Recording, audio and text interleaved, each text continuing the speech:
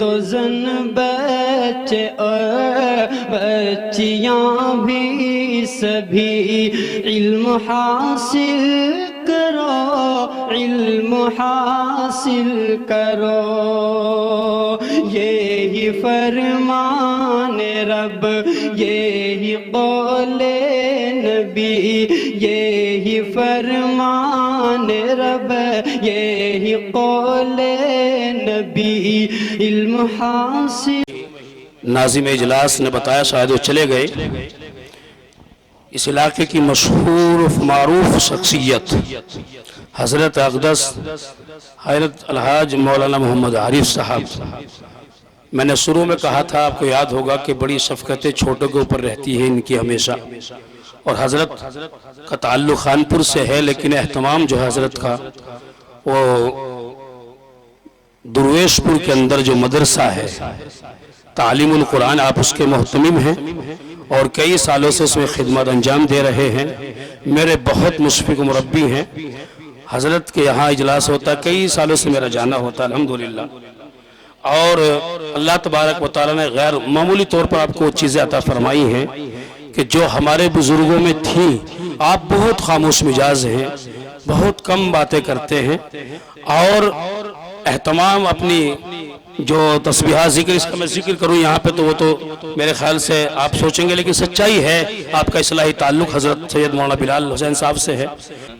الحمدللہ نحمده ونستعینه ونستغفره ونؤمن به ونتوکل علیہ ونعوذ باللہ من شرور انفسنا ومن سیئات اعمالنا، من يهده الله فلا مضل له ومن يضلله فلا هادي له، ونشهد أن لا إله إلا الله وحده لا شريك له، ونشهد أن سيدنا وشفيعنا وحبيبنا ونبينا ومولانا محمدا عبده ورسوله سلم تسليما كثيرا كثيرا، أما بعد فأعوذ بالله من الشيطان الرجيم، بسم الله الرحمن الرحيم، يا أيها الذين آمنوا اتقوا الله وكونوا مع الصادقين، وقال النبي صلى الله تعالى عليه وسلم،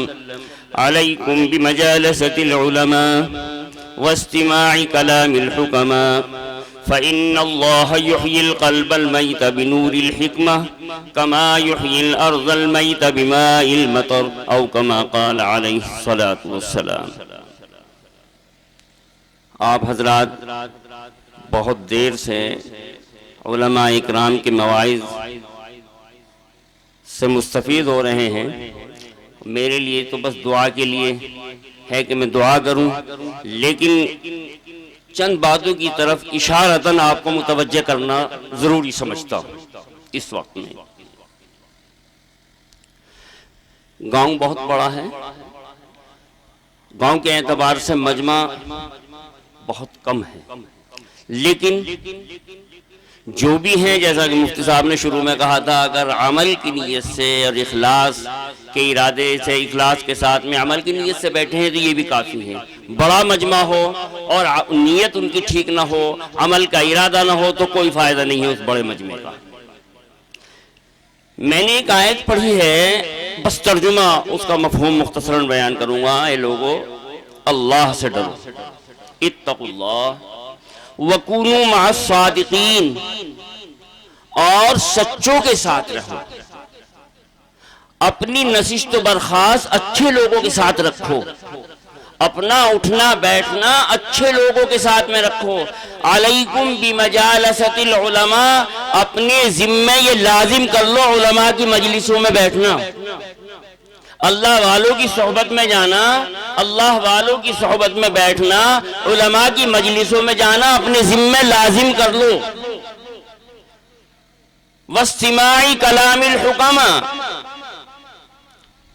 عقل مند لوگوں کی، حکماء کی باتوں کو سننا اپنے ذمہ لازم کر لو۔ اس کا یہ اثر ہوگا، فَإِنَّ اللَّهَ يُحْيِي الْقَلْبَ الْمَيْتَ بِنُورِ الْحِكْمَةِ، اللہ تعالی مردہ دلوں کو حکمت کے نور سے ایسا زندہ فرمائے گا کما یحیی الارض المیتہ بماء المطر، جس طرح بارش کے پانی سے بنجر زمین پیداوار کرنے لگتی ہے، اس کے اندر پیدا ہونے لگتی ہے، بنجر زمین کے اندر پیداوار ہونے لگتی ہے، اللہ حکمت کے نور سے مردہ دلوں کو ایسا زندہ کرے گا۔ اس لیے یہ ایسی اہم چیز کی طرف میں آپ کو متوجہ کر رہا ہوں، اتنی اہم چیز ہے یہ۔ اگر اچھی صحبتیں تمہارے پاس ہوں گی تو اس کے لیے شیخ سعدی علیہ الرحمہ نے کہا صحبت صالح ترا صالح کنت، صحبت طالع ترا طالع کنت، اچھی صحبت تمہیں اچھا بنا دے گی اور بری صحبت تمہیں برا بنا دے گی۔ اور بد کی صحبت میں مت بیٹھ، بد کا ہے انجام برا، بد نہ بنے تو بد کہلائے، بد اچھا بدنام برا۔ یہ اتنی بد صحبت، خراب صحبت، معاشرے کے اندر جو بگاڑ ہے، ہمارے نوجوانوں کے اندر جو بگاڑ ہے وہ بری صحبت کا بگاڑ ہے۔ اچھی صحبتیں نہیں ہیں، اچھے لوگوں میں اٹھنا بیٹھنا نہیں ہے، نتیجہ ہمارے سامنے ہے۔ اچھی صحبت کا یہ اثر ہوتا ہے، اچھی صحبت کا یہ اس کی تاثیر ہے۔ آپ سنتے ہیں، جانتے ہیں، تیل ہوتا ہے چمیلی کا، ہوتا ہے، استعمال کرتے ہیں چمیلی کا تیل۔ سو تو نہیں رہے آپ لوگ، بیان نہیں کر رہا ہوں، بس مختصر مذاکرہ کر رہا ہوں، بات ختم کروں گا دعا ہوگی بس۔ چمیلی کا تیل کہاں سے آتا ہے؟ چمیلی کا پھول یا چمیلی کے پتے میں تیل ہوتا ہے کہیں؟ نہیں ہوتا۔ چمیلی کا پتا اگر رگڑو گے تو پانی نکلے گا، پھول کو رگڑو گے تو پانی نکلے گا، تیل نہیں نکلے گا۔ گلاب کا پھول، گلاب کے پتے کو اگر رگڑو گے، اس کو نچوڑو گے تو اس میں سے تیل نہیں آئے گا، پانی آئے گا۔ یہ تیل کہاں سے آیا ہے؟ یہ سمجھنے کی بات ہے، بس یہ بات کہہ کے میں بات ختم کرتا ہوں۔ یہ تیل کہاں سے آیا؟ چمیلی کا تیل، گلاب کا تیل کہاں سے آیا؟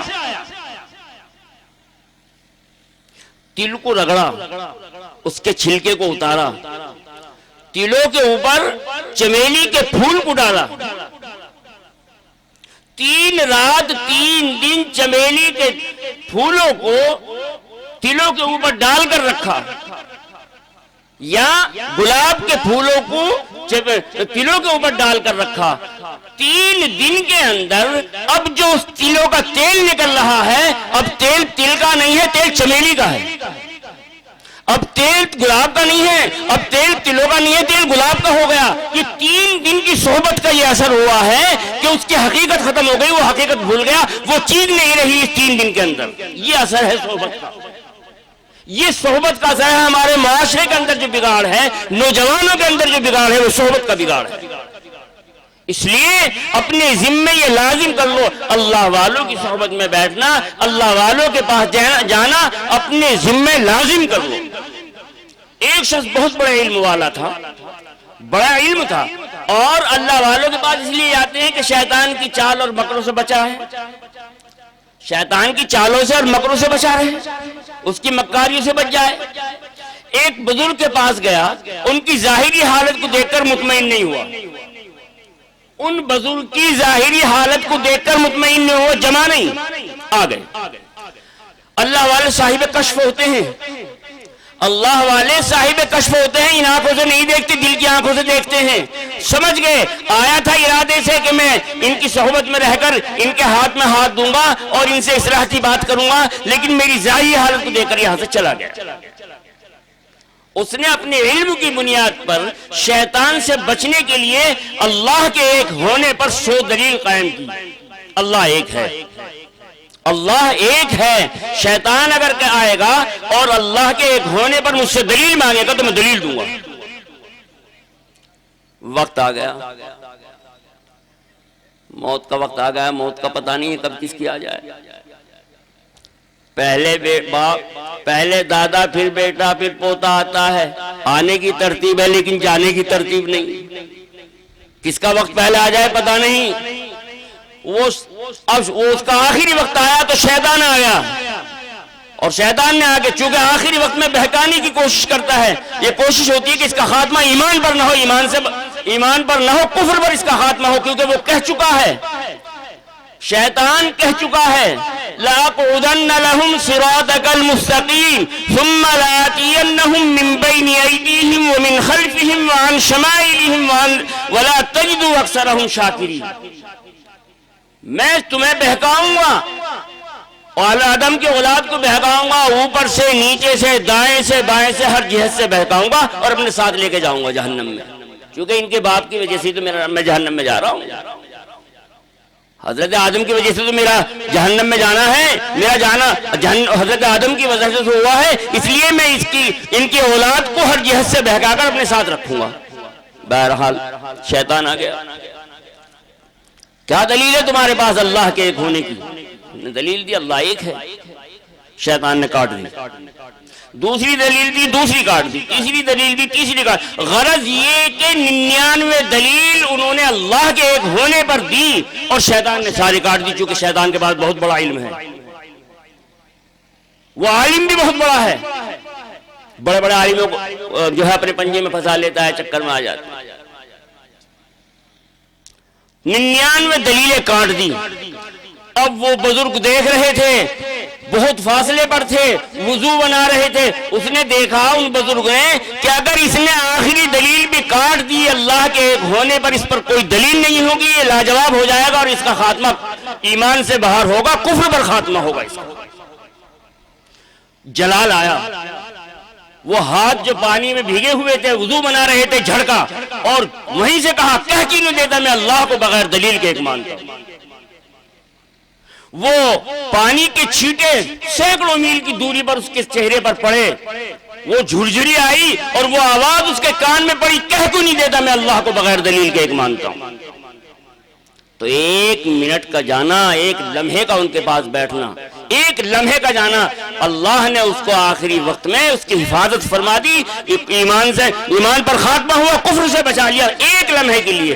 یک ساتھ صحبت باولیاء، یک ساتھ صحبت باولیاء بہتر 100 سال اطاعت دے لیا۔ 1 لمحہ کسی اللہ والے کی صحبت میں بیٹھنا 100 سال کی اخلاص کی عبادت سے بہتر ہے۔ اس لیے اللہ والوں کی صحبت میں بیٹھنا، اللہ والوں کے پاس میں جانا اپنے ذمہ لازم کر لو۔ اللہ تعالیٰ کہنے سننے سے زیادہ عمل کرنے کی توفیق عطا فرمائے، آمین وآخر دعوانا الحمدللہ۔ اللهم صل على سيدنا وشفيعنا وحبيبنا ونبينا ومولانا محمد وعلى آل سيدنا ومولانا محمد وبارك وسلم كما يحب ربنا ويرضى جل جلاله وعم نواله۔ ربنا ظلمنا أنفسنا وإن لم تغفر لنا وترحمنا لنكونن من الخاسرين۔ رب اغفر وارحم وأنت خير الراحمين۔ ربنا لا تجعلنا فتنة للقوم الظالمين ونجنا برحمتك من القوم الكافرين، ونجنا برحمتك من القوم الكافرين۔ لا إله إلا الله الحليم الكريم، الحمد لله رب العالمين، سبحان الله رب العرش العظيم۔ نسألك موجبات رحمتك وعظائم مغفرتك والغنيمة من كل بر والسلامة من كل إثم، لا تدع لنا ذنبا إلا غفرته ولا هما إلا فرجته ولا كربا إلا كشفته ولا مرضا إلا استفيته ولا دعاء إلا استجبته ولا دينا إلا أديته ولا حاجة في الدنيا والآخرة هي لك رضا إلا قضيتها يا أرحم الراحمين، يا أكرم الأكرمين، يا ذو العرش المجيد، يا فعال لما يريد۔ اللهم إنك عفو كريم تحب العفو فاعف عني يا كريم۔ اللهم إنا نسألك العفو والمعافاة الدائمة في الدين والدنيا والآخرة۔ اللهم إنا نسألك الجنة ونعوذ بك من النار۔ اللهم بارك لنا في الموت وفيما بعد الموت۔ اللهم إنا نسألك إيمانا كاملا ويقينا صادقا وعلما نافعا وعملا صالحا ولسانا ذاكرا وقلبا شاكرا۔ اللهم إنا نسألك توبة نصوحا، توبة قبل الموت وراحة عند الموت والعفو عند الحساب۔ توفني مسلما والحقني بالصالحين وادخلنا الجنة مع الأبرار وادخلنا الجنة مع الأبرار توفني مسلما والحقني بالصالحين وادخلنا الجنة مع الأبرار۔ مولا کریم عشاء کے بعد سے اب تک جو کچھ کہا اور سنا گیا ہے، اے اللہ اس کہنے اور سننے کو قبول فرما دے اور کہنے سننے پر عمل کرنے کی توفیق عطا فرما۔ مولا کریم کہنا سننا کافی نہیں ہے، عمل اصل ہے، اے اللہ عمل کی توفیق عطا فرما۔ تیری توفیق کے بغیر کچھ نہیں ہو سکتا مولا، تو ہمیں نیک کاموں پر عمل کرنے کی توفیق عطا فرما۔ وہ کام جن کاموں سے تو راضی ہوتا ہے انہیں کرنے کی توفیق عطا فرما، جن کاموں سے تو ناراض ہوتا ہے ان کاموں سے ہمیں بچنے کی توفیق عطا فرما۔ اے اللہ ہمارے گناہوں کو معاف فرما، ہمارے صغیرہ کبیرہ گناہوں کو معاف فرما۔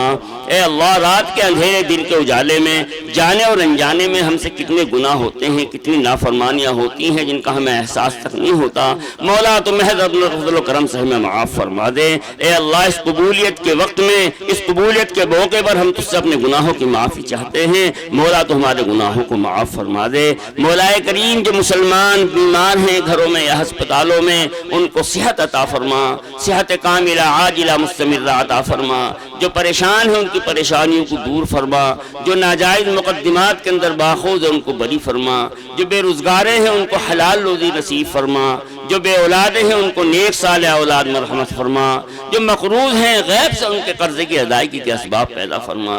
مولا کریم تمام عالم کے مسلمانوں کے جان کی، مال کی، عزت کی، آبرو کی حفاظت فرما، مدارس کی، مساجد کی، مقابر کی، مراکز کی، خانقاہوں کی حفاظت فرما۔ مولا کریم مساجد کی، مقابر کی، مراکز کی، خانقاہوں کی حفاظت فرما۔ اے اللہ فلسطینی مسلمانوں کی مدد فرما۔ مولا کریم اسرائیل کو نیست و نابود فرما۔ اے اللہ اس کو ذلیل اور رسوا فرما۔ مولا کریم فلسطینی مسلمانوں کی مدد فرما۔ اے اللہ ہمارے اس ملک میں جو شرارت پسند لوگ اس میں شر پھیلانا چاہتے ہیں، بدامنی پھیلانا چاہتے ہیں، اے اللہ ان کے ارادوں میں ان کو ناکام فرما۔ اے اللہ یہاں کے مسلمانوں کی مدد فرما۔ اے اللہ ہر جہت سے مدد فرما، ہر جہت سے مدد فرما، ہر اعتبار سے مدد فرما۔ مولا کریم جن لوگوں نے ہم سے دعا کے لیے کہا ہے، یہ لکھا ہے، یا ہم سے امید رکھتے ہیں جن کا ہم پہ حق ہے، ان کی جائز مرادوں کو پورا فرما۔ مولا کریم اس مجمع میں جتنے حضرات ہیں ان کی اپنی اپنی حاجتیں اور ضرورتیں ہیں، مولا تو سب کی حاجتوں اور ضرورتوں کو جانتا ہے، سب کی حاجتوں کو پورا فرما، سب کی ضرورتوں کو پورا فرما، تمام کے مسائل کو حل فرما، تمام کی مشکلات کو آسان فرما۔ جن لوگوں نے ہم سے دعا کے لیے کہا ہے، یہ لکھا ہے، یا ہم سے امید رکھتے ہیں جن کا ہم پہ حق ہے، ان کی مرادوں کو پورا فرما۔ جو کچھ ہم نے مانگا ہے عطا فرما، اور جو مانگنے سے رہ گیا ہمارے لیے بہتر ہو سکتا ہے وہ سب ہم کو اپنے فضل سے عطا فرما۔ ربنا تقبل منا انك انت السميع العليم وتب علينا يا مولانا انك انت التواب الرحيم۔ صلی اللہ تعالی علی خیر خلقه اہل بیتہ اجمعین برحمتہ۔